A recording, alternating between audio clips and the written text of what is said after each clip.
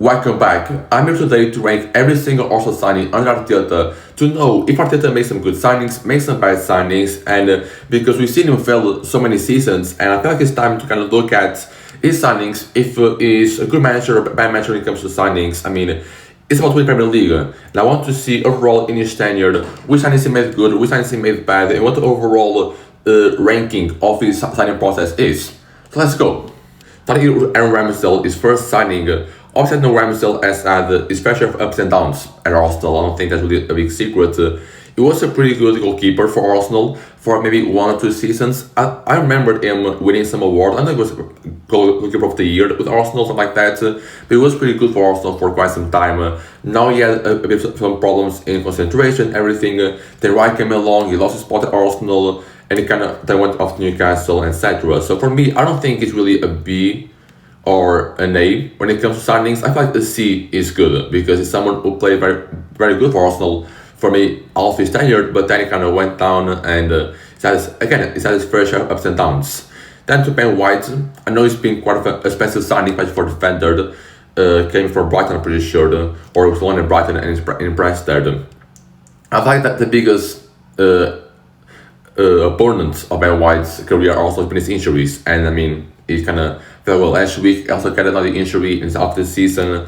So, I mean, I'm kind of inclined to also go again to see. I don't see him coming a B signing because I don't think it's made enough to justify a B rating. So I feel like a C in here, especially because of the money that it was bought for, makes sense. Then to Tomiyasu, a guy who I don't think really gave a lot of expectations. Was a pretty good squad player when he was there. But then again, injuries came along and he was kind of let go last summer. So I feel like for that reason I have to put him on D. So for now, the first 3 signings have not been that great. Then Trossard came for Brighton, I'm pretty sure. Honestly, I like him. I feel like he's someone who don't really expect a lot of from. But he plays his role in the attack and had some good goals, especially last week. Scored a crucial goal for also with Premier League title if it does happen. So I'm gonna have to put Trossard into the B tier because I feel like I don't know how much money it was bought from. I don't think it was still some money he bought, but I still think he has a very big role in the squad even after so many years of his signing.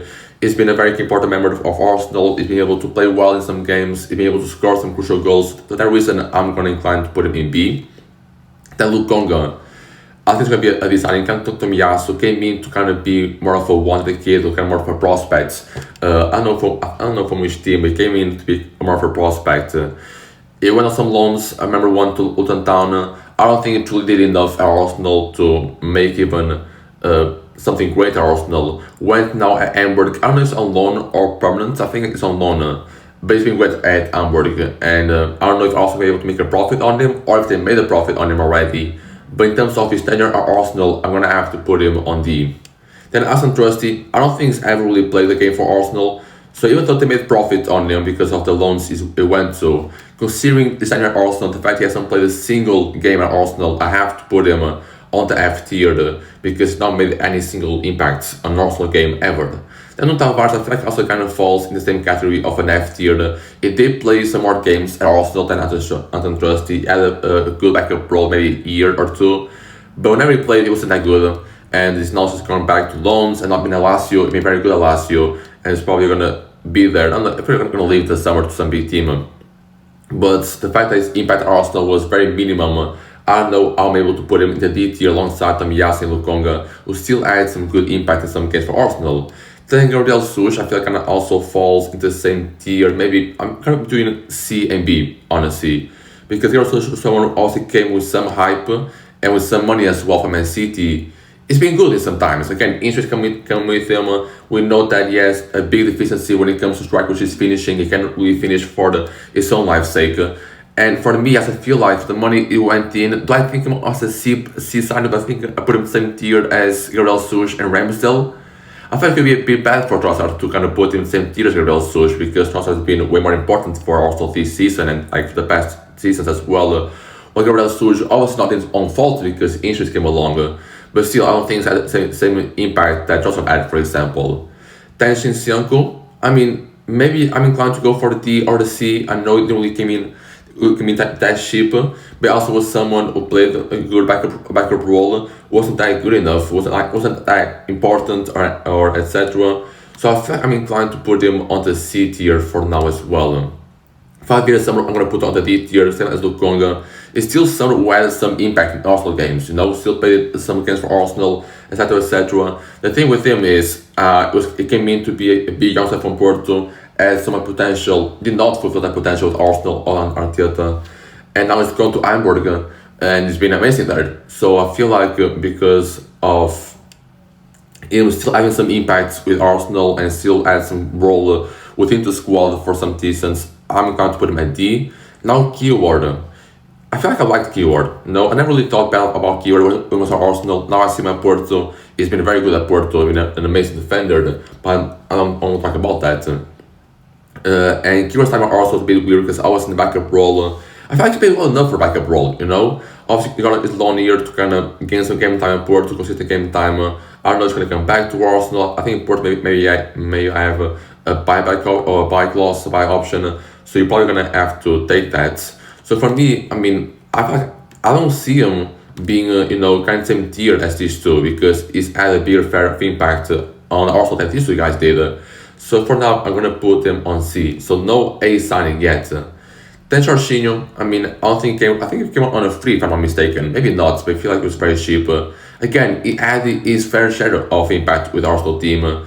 He started some games, was a bench for some few games. I feel like again he kind of falls onto this C section here, where he did enough to be a squad player, but not anything more. For that reason, I feel like I have to put him onto C.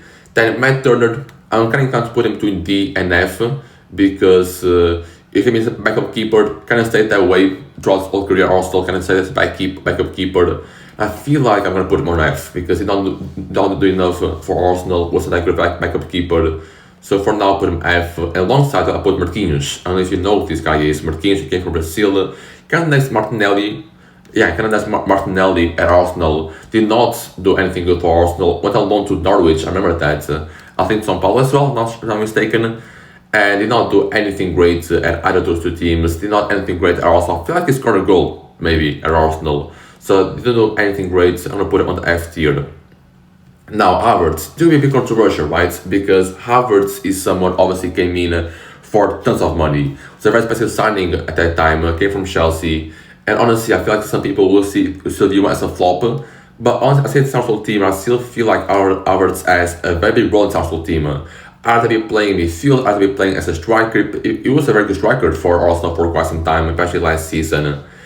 I don't know if I feel comfortable with putting the same range of ranking as maybe Ramsdale or Garel. So I feel like he fits well here in this B tier. I know that the money that they paid for obviously be way better than what Havertz has done for Arsenal.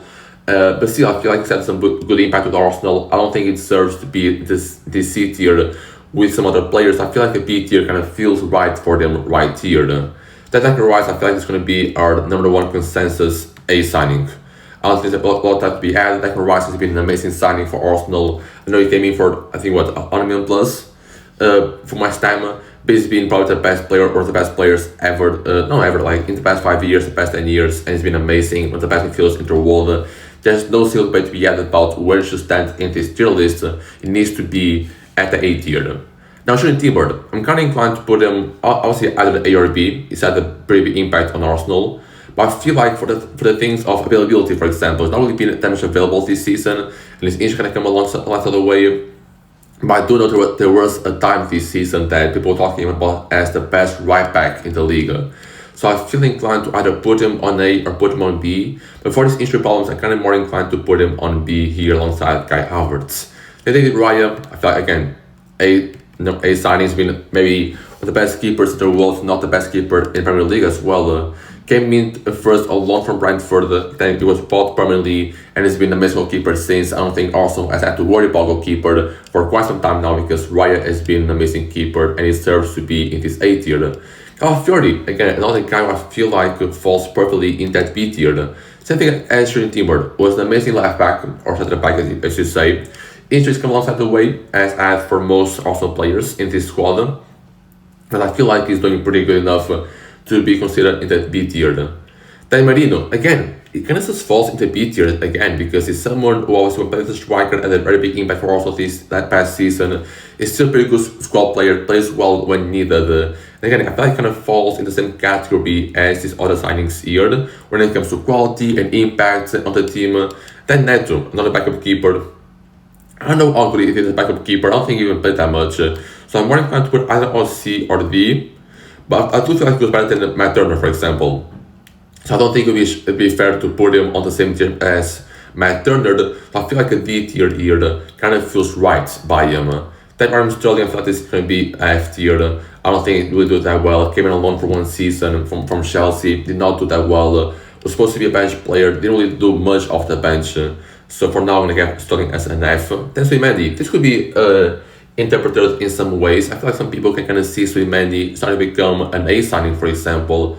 But I feel like for now, he's not really gone to that level yet. So for now, I'm going to put him on B. Maybe if once season passes, like second year passes with Arsenal, and he becomes even better player, he obviously deserves to be in this A tier. But for now, I'm going to be in this B tier to be more cautious.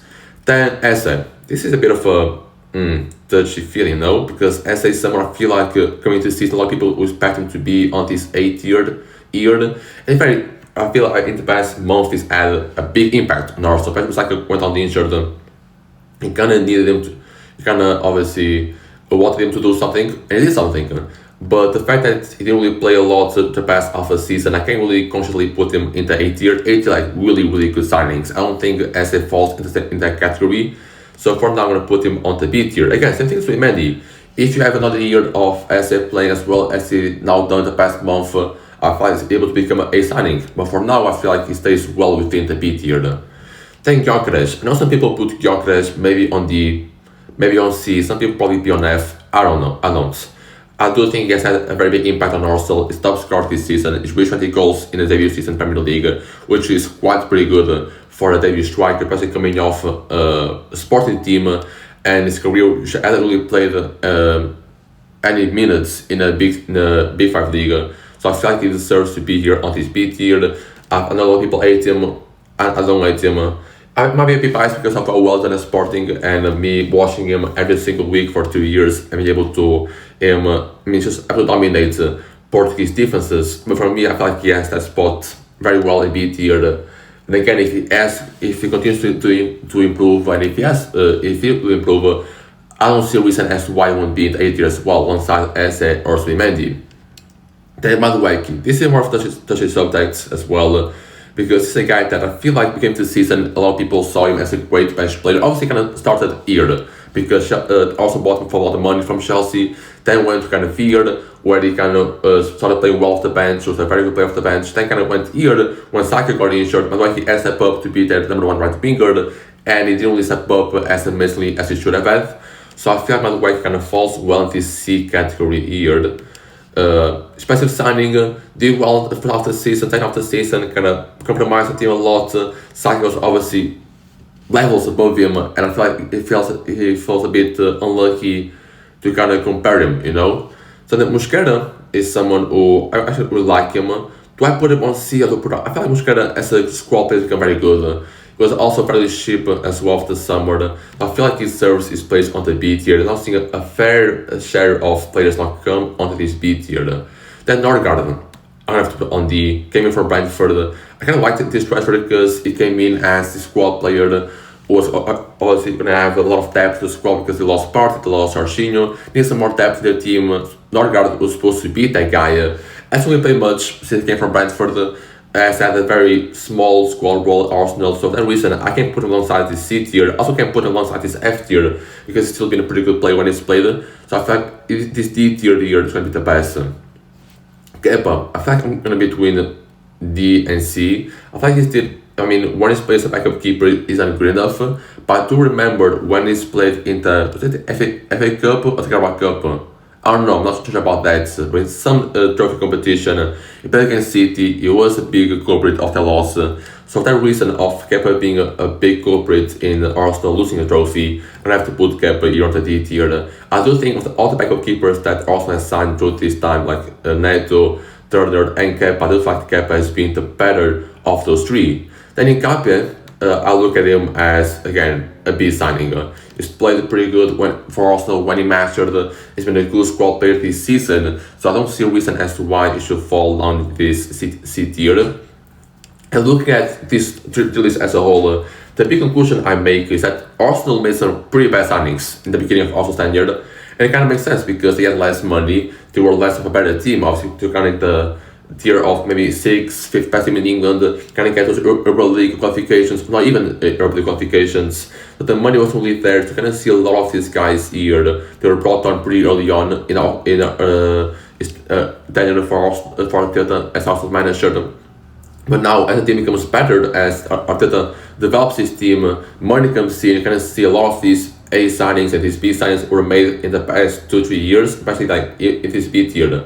Of all the guys you find that were bought this summer, like Nkapie, Mosquera, Gyökeres, Enzo, Mendy, all those 5 guys are now be on the B tier because they've had some pretty good impact on the team. The only ones you don't really see here is Madueke, who's on the C tier, and Kepa was brought in to be more of a backup keeper, and Norgard was brought in to be more of a backup midfielder. But the guys that a lot of people kind of put expectations on have turned out to be pretty good according to expectations. So I feel like this tier can be fair enough. Again, I feel like in the past 2 years, I feel like Arteta has made some pretty good signings, and I kind of look at the Arsenal team from the past 3 years to now where they are right now. I feel like you can see that the development they've had when it comes to not only like the players who were there before Arteta came into the team, like Saka and Odegaard, Gabriel, Saliba. You can see the development has been very big in these past seasons, and now you can see how big of a transfer strategy, or like the impact of these new signings have increased a lot in the past 3 years, where the money has become a little more bigger.